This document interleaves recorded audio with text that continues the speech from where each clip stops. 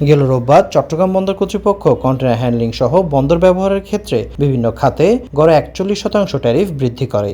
এই নিয়ে বন্দর ব্যবহারকারীরা অসন্তোষ প্রকাশ করেন। শনিবার সকালে চট্টগ্রাম বন্দর অডিটোরিয়ামে অর্থ মন্ত্রণালয়ের ইআরডি কর্তৃক আয়োজিত কাস্টম ও বন্দর ব্যবস্থাপনায় বিদ্যমান সমস্যা ও ভবিষ্যৎ করণীয় নির্ধারণ নিয়ে কর্মশালা অংশগ্রহণ করেন নৌ উপদেষ্টা এম শাকাওয়াত হোসেন।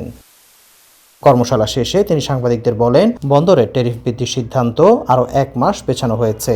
এটা চেয়ারম্যানের সাথে কথা হয়েছে, chairman has agreed, actually chairman has told me, suggested me, I agreed আমরা 1 মাস পিছিয়ে দেবো। তবে বর্তমানে বৈশ্বিক অর্থনীতি বিবেচনায় ট্যারিফ বাড়ালে দেশের অর্থনীতিতে নেতিবাচক প্রভাব পড়বে বলে জানান বন্দর ব্যবহারকারীরা।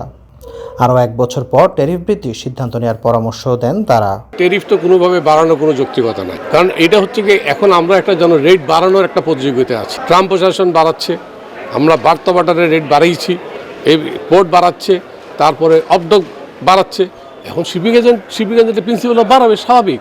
তো আলটিমেটলি এটা কারা হুইল উইথ দ্য সাফারা তো জনগণ।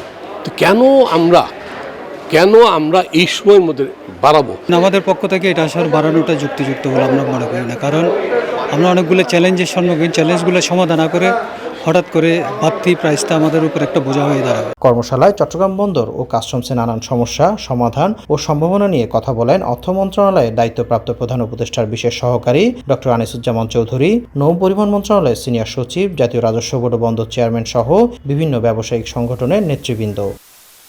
নাইমুল ইসলাম, বৈশাখী সংবাদ, চট্টগ্রাম।